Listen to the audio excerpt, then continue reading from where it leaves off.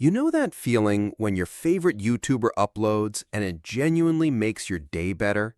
Or when a celebrity you've never met posts something that feels like they're speaking directly to you? That warm, fuzzy connection you feel?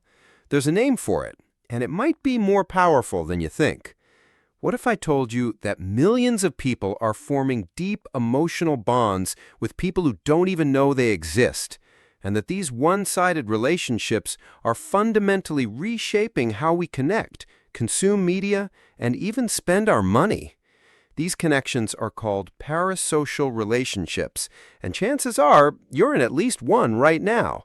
Maybe with a streamer whose content you never miss, maybe with that podcaster whose voice feels like home, or maybe with a fictional character who got you through a tough time. Here's the thing nobody talks about. These relationships aren't just harmless entertainment.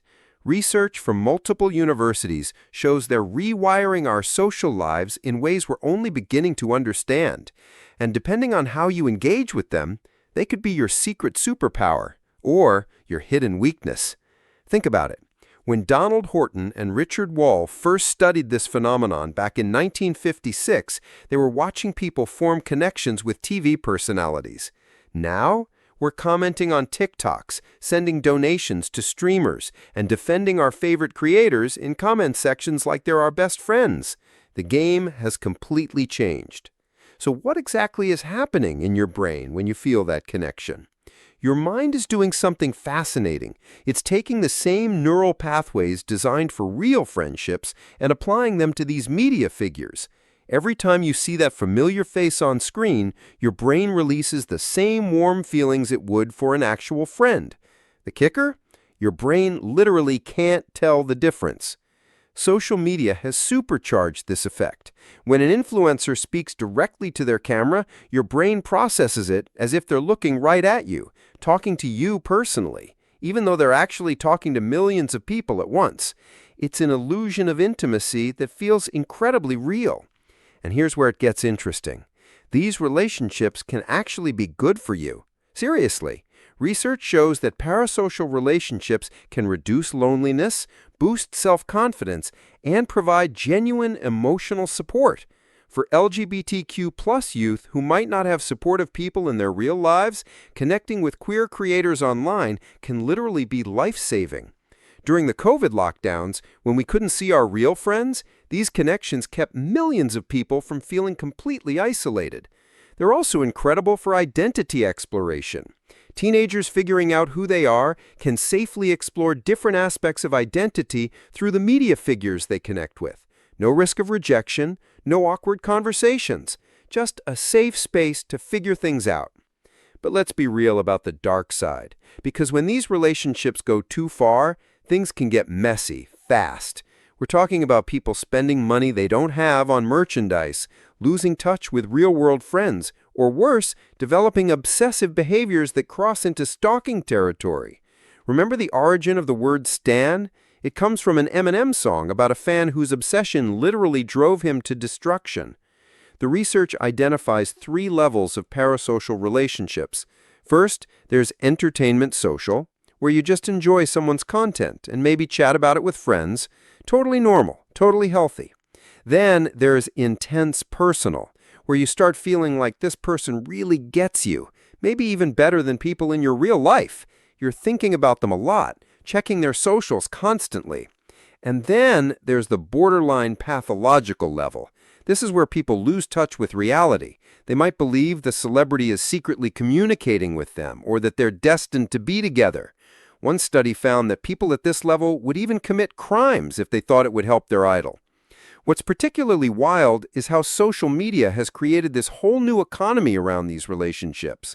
Influencer marketing is now a multi-billion-dollar industry built entirely on the fact that you trust the people you feel connected to. When your favorite creator recommends a product, it doesn't feel like an ad, it feels like advice from a friend. Companies know this, and they're banking on it. But here's what really gets me. The very design of social media platforms push us toward these intense connections. The algorithms feed you more content from people you engage with. The notification systems make sure you never miss an update. Live streaming lets you feel like you're hanging out together in real time. It's all engineered to deepen these bonds. And during the pandemic, everything intensified. Suddenly, parasocial relationships aren't just a nice addition to our social lives. For many people, they became the main event. Streamers reported massive growth.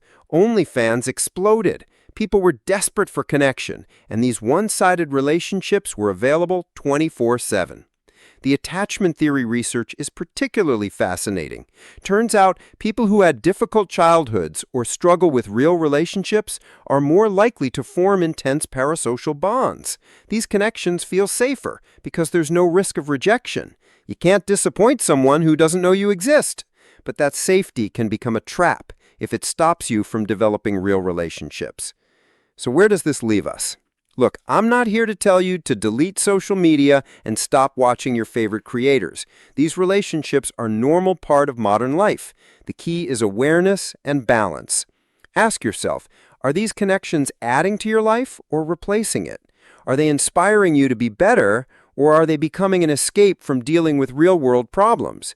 There's a huge difference between finding comfort in a podcaster's voice during your commute and skipping real social events to watch streams. The researchers found something interesting. People who are already social in real life often form parasocial relationships too. It's not just lonely people, it's all of us, because we're wired for connection, and our brains are adapting to find it wherever we can. Here's my take.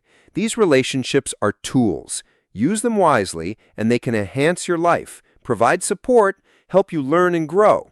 Let them take over, and you might find yourself living vicariously through someone else's carefully curated existence instead of building your own. The future is only going to get more intense. Virtual reality, AI companions, even more immersive platforms. We're heading toward a world where the line between real and parasocial relationships gets blurrier every day.